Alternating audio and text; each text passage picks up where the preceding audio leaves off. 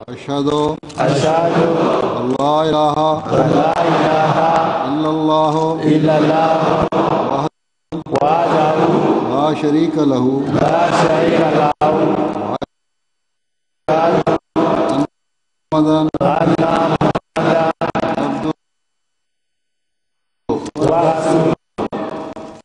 جماعت احمدیہ مسلمہ میں شامل ہونے کے لیے چوتھی شرط: بیان فرمودہ مسیح موعود و مہدی موعود حضرت مرزا غلام احمد قادیانی علیہ الصلاۃ والسلام۔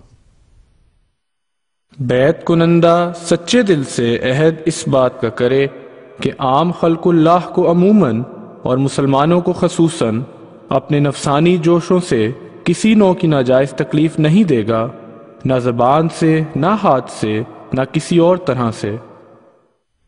قرآن پاک میں اللہ تعالیٰ فرماتا ہے: اعوذ باللہ من الشیطان الرجیم الذین ينفقون فی السراء والضراء والکاظمین الغیظ والعافین عن الناس واللہ یحب المحسنین۔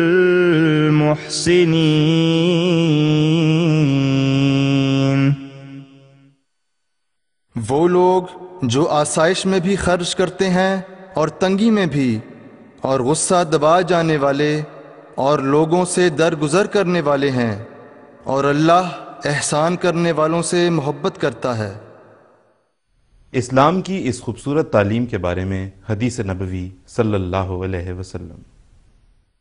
حضرت ابو ہریرہ رضی اللہ عنہ بیان کرتے ہیں کہ رسول اللہ صلی اللہ علیہ وسلم نے فرمایا: آپس میں حسد نہ کرو، آپس میں نہ جھگڑو، آپس میں بغض نہ رکھو، اور ایک دوسرے سے دشمنیاں مت رکھو، اور تم میں سے کوئی ایک دوسرے کے سودے پہ سودا نہ کرے۔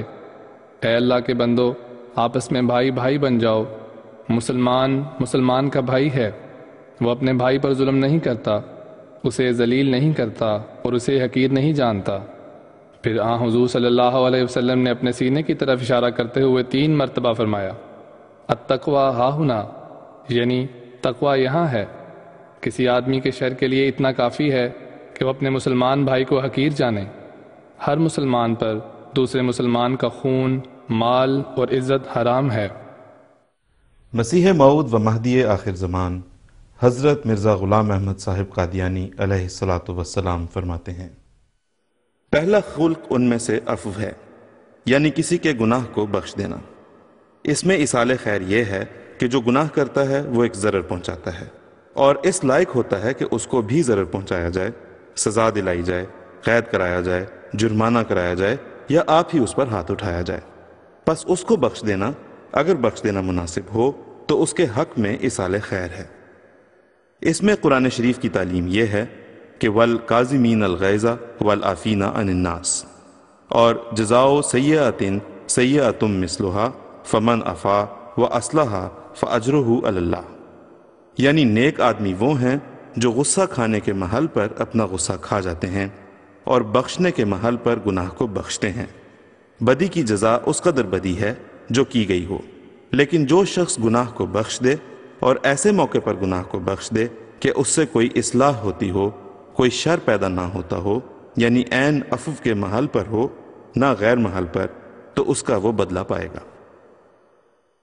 امام جماعت احمدیہ عالمگیر امیر المومنین حضرت مرزا مسرور احمد صاحب خلیفۃ المسیح الخامس ایدہ اللہ تعالی بنصرہ العزیز نے فرمایا: اس شرط سے واضح ہے کہ غصے میں آ کر، مغضوب الغضب ہو کر، اپنی انا کا مسئلہ بنا کر، اپنی جھوٹی غیرت کا اظہار کرتے ہوئے نہ ہی اپنے ہاتھ سے نہ ہی زبان سے کسی کو دکھ نہیں دینا۔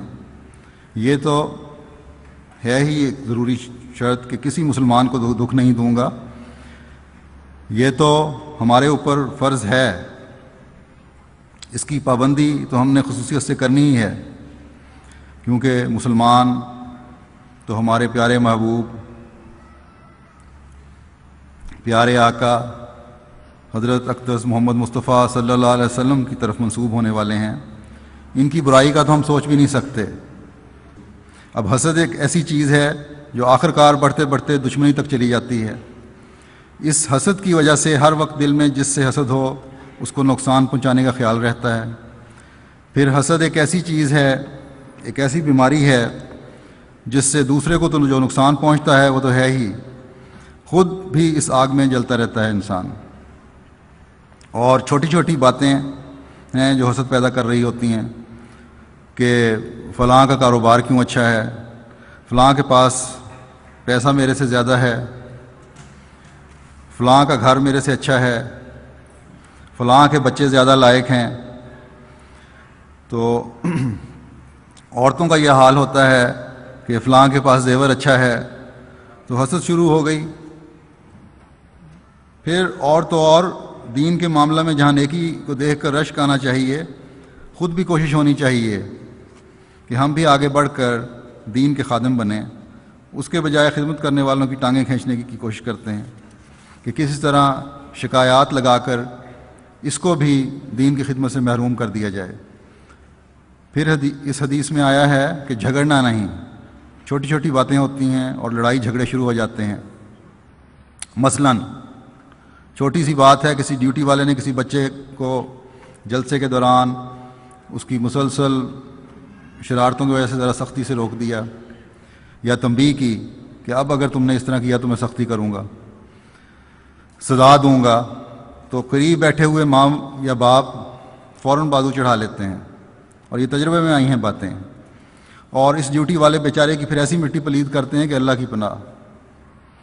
اب تمہاری اس حرکت سے جہاں تم نے عہد بیت کو توڑا، اپنے اخلاق خراب کیے، وہاں اپنی نئی نسل کے دل سے بھی نظام کا احترام ختم کر دیا اور اس کے دماغ سے بھی صحیح اور غلط کی پہچان ختم کر دی۔ استغفر اللہ ربی من کل ذنب واتوب الیہ، استغفر اللہ ربی من کل ذنب واتوب الیہ۔